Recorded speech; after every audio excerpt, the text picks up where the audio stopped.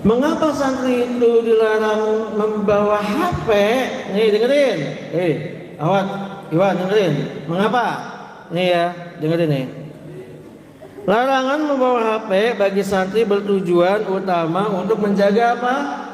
Kefokusan dalam belajar, menghafal Quran dan beribadah, serta mencegah dampak negatif. Ingat ya, dampak negatif. Kenapa Bang Alvin?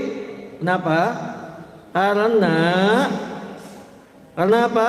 Penggunaan HP berisiko mengganggu konsentrasi. Betul kan Aida? Betul. Karena apalagi yang short itu, loh. Short video yang itu loh. Ih lucu banget kucing, ih lucu banget. Dosa aja. Tadinya kayak Kak Fatwa tuh tanpa HP, mantap ya kan tilawahnya. Coba Kak Fatwa, misalkan di rumah ada HP sama Quran, ayo apa yang dipegang dulu? Quran, Masya Allah ya. Lanjut. Serta HP berisiko apa? Mengganggu konsentrasi, Bang Fakih ya. Mengurangi interaksi sosial secara langsung. Terus memicu kecemburuan sosial ya kan. Serta berpotensi mengakses konten yang tidak mendidik ya gitu. Jadi kalau misalkan santri dibiarkan pakai HP itu nggak bagus ya, nggak bagus. Dia konsentrasinya terpecah belah, nonton yang enggak, pokoknya nggak karuan lah. Ya, berikutnya izinin ya. Berikut adalah alasan mendetail mengapa HP umumnya dilarang di pesantren. Ya, mengingatkan fokus belajar dan mengaji. HP dianggap mengganggu konsentrasi belajar dan menghafal. Betul sekali ya.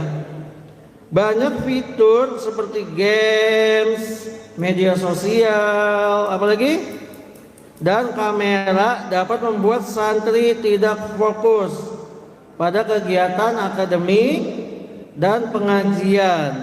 Ya, menghindari dampak negatif atau mudarat. Oke, mudarat. Sesuai dengan kaidah fikih, ya, menghindari kerusakan lebih diutamakan.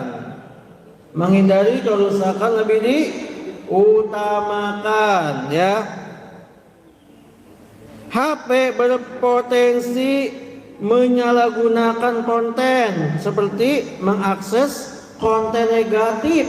Ya Iwan ya, nggak boleh tuh mengakses konten-konten negatif yang membuat luntur hafalannya, ingatannya. Waduh, bahaya ya. Membangun kemampuan interpersonal, apa tuh namanya, soft skill. Larangan ini bertujuan agar santri lebih bersosialisasi ya, seperti ya semua ya, dan pada lingkungan sekitar. Jadi kalau misalkan ada HP tuh, nih inget nih, kita nih kalau ada HP masing-masing nih megang HP. Kalian tuh deket tapi jiwanya jauh. Yang satu lagi chattingan sama yang Kalimantan, oke. Yang satu sama yang di Papua, kan jauh-jauh ya, padahal dekat. Misalkan Alvin lagi chattingan sama siapa? Aduh, saya kangen banget sama kamu, mama. Ya. Maksudnya siapa? Adeknya. Apa sih? Ya, terus pasnya juga, bro, kapan bukber bareng? Ya elah, orang yang aja jarang bayar, kayak gitu misalkan. Itu jauh, ya. Hatinya jauh dan nggak fokus, jadi nggak usah lah kayak gitu ya. Ya kan? Mencegah kekerasan sosial tadi sudah ya, dan kejahatan. Ya, perbedaan jenis HP bisa memicu kecemburuan sosial. Selain itu, handphone atau HP adalah barang berharga yang rawan hilang atau dicuri. Ya, HP ya. efek radiasi dan kesehatan nih juga nih ya, efek radiasi dan kesehatan. Ya. Penggunaan handphone yang berlebihan terutama bagi santri yang sedang dalam masa pertumbuhan, ini santri semua ya, sedang masa pertumbuhan dapat mengganggu kesehatan fisik. Ya, bahaya tuh fisiknya terganggu. Ya. Menghemat biaya, larangan ini mencegah pengeluaran tambahan untuk pulsa dan kuota. Ya. Jadi apa sebagai alternatifnya itu apa?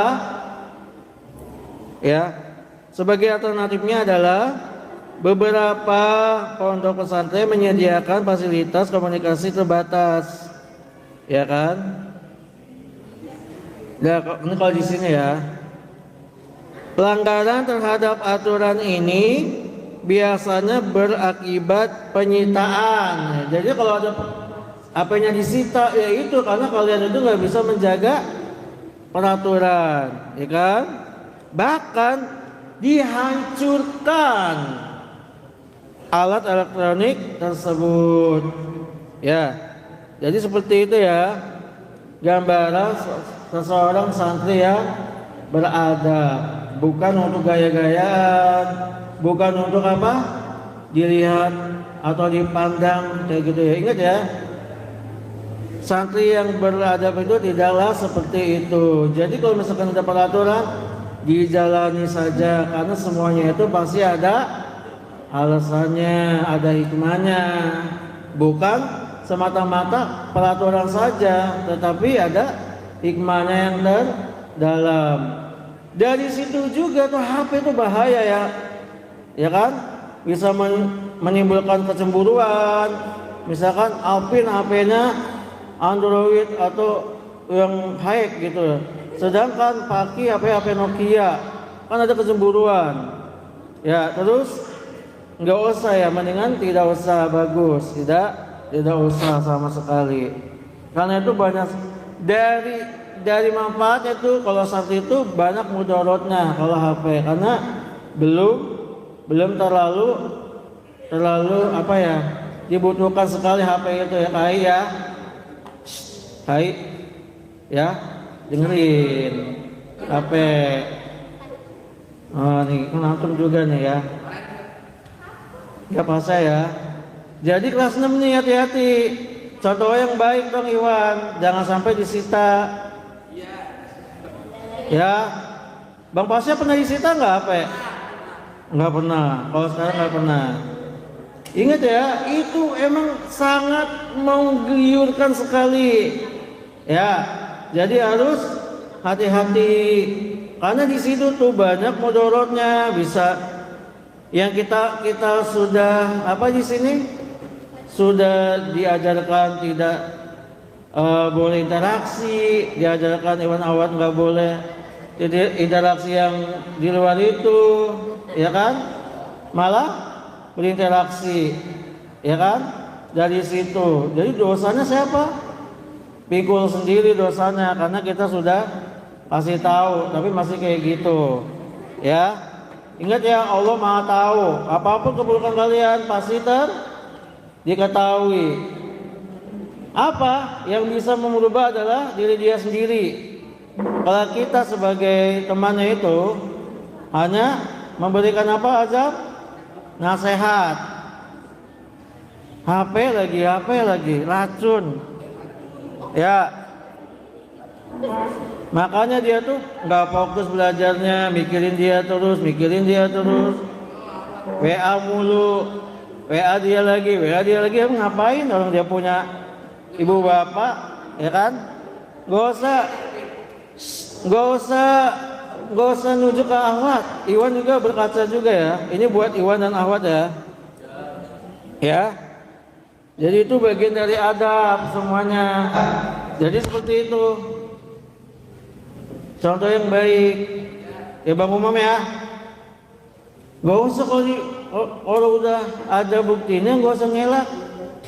Kayak gitu ya. Ini bagian dari adab. ada bersosialisasi, ada pokoknya kalau sudah ranah HP yang mengilham, ya harus digunakan sebaiknya. Misalkan antum nih diamanakan untuk ngedit dan sebagainya, berarti gak usah dipakai untuk yang lain, pribadi juga itu nggak boleh.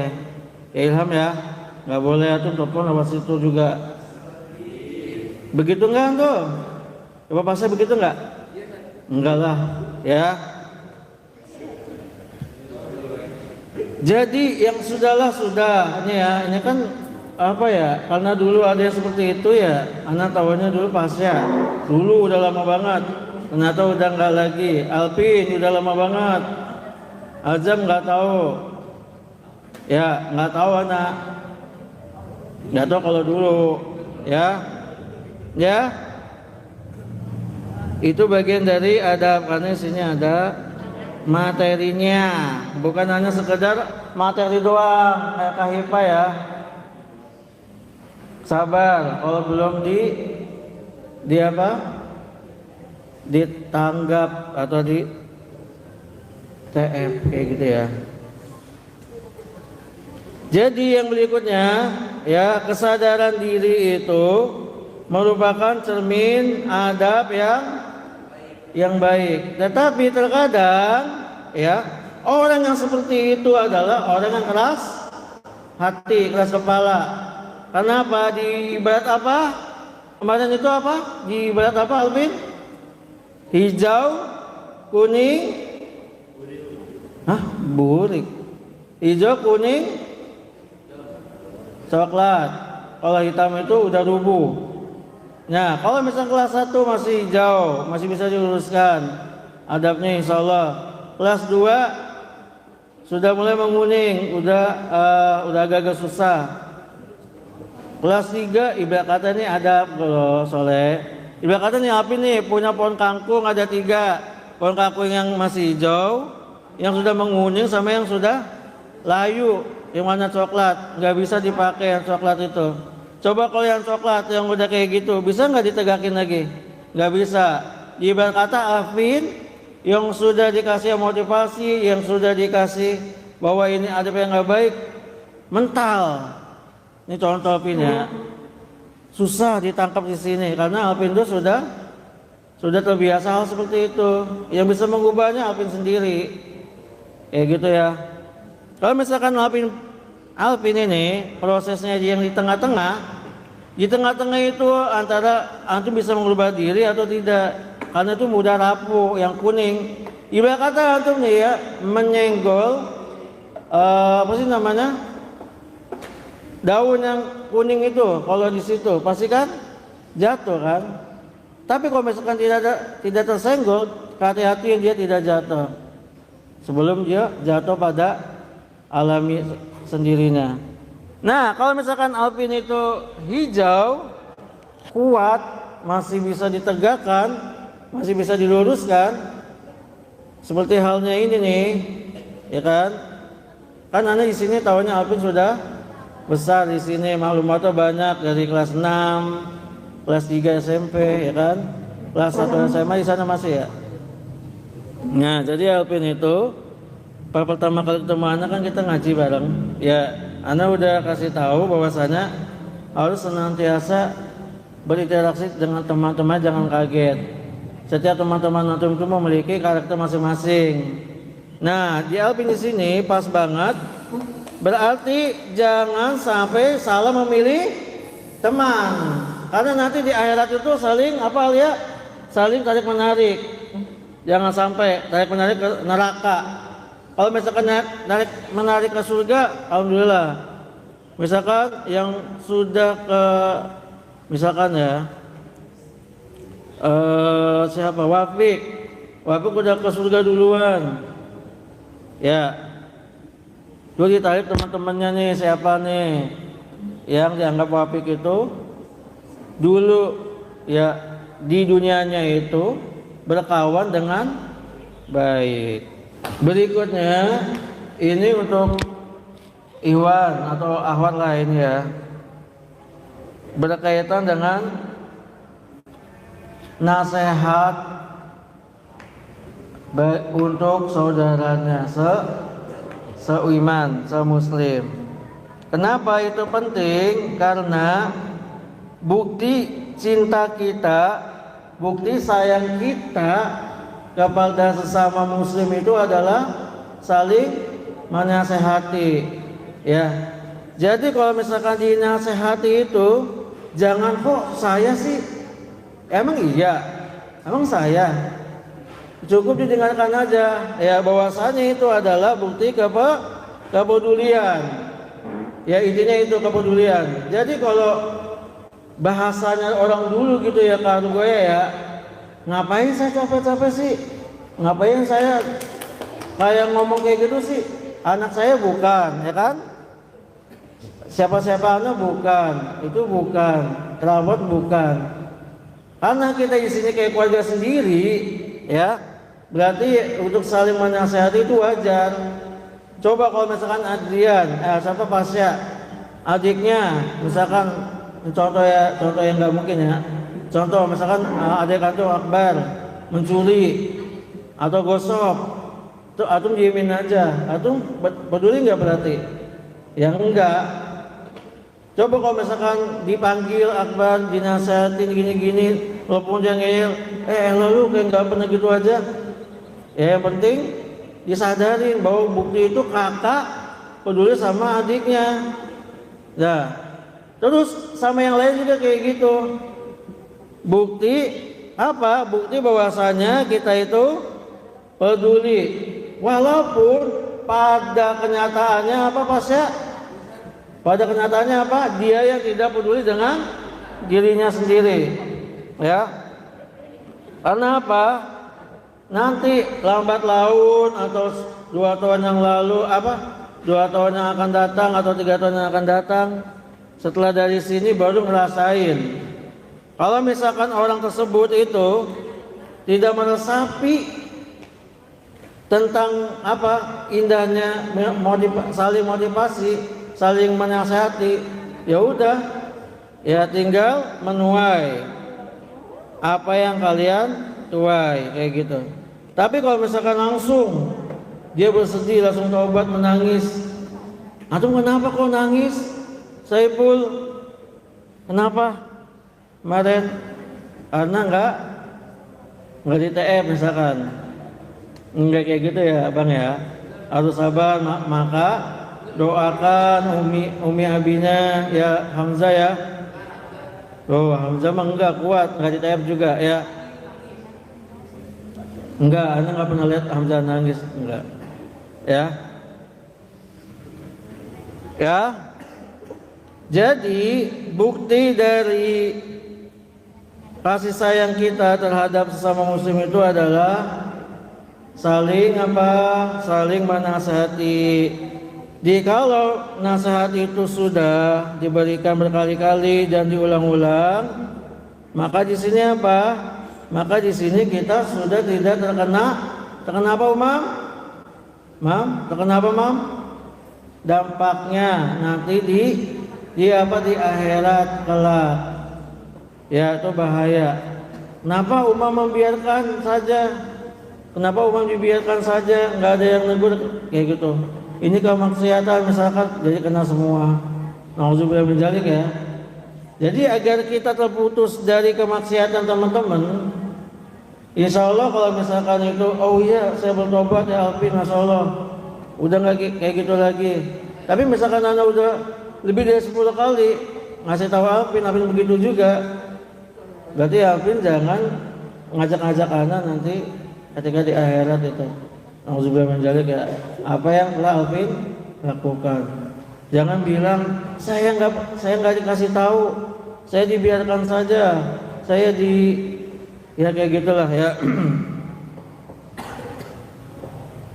Ya, kenapa? Karena itu sangat riskan sekali, apalagi di bulan Ramadan ini seharusnya kita itu memperkaya diri dalam hal-hal yang baik, ya, dalam hal yang baik, ya. Apalagi kita rata-rata itu memiliki kekerabatan yang baik. Jadi mohon izin ya ikhwan akhwat, bahwasanya yang namanya sosok seorang guru itu di sini itu hanya menyampaikan apa? Kebenaran, biar antum tuh nggak salah jalan.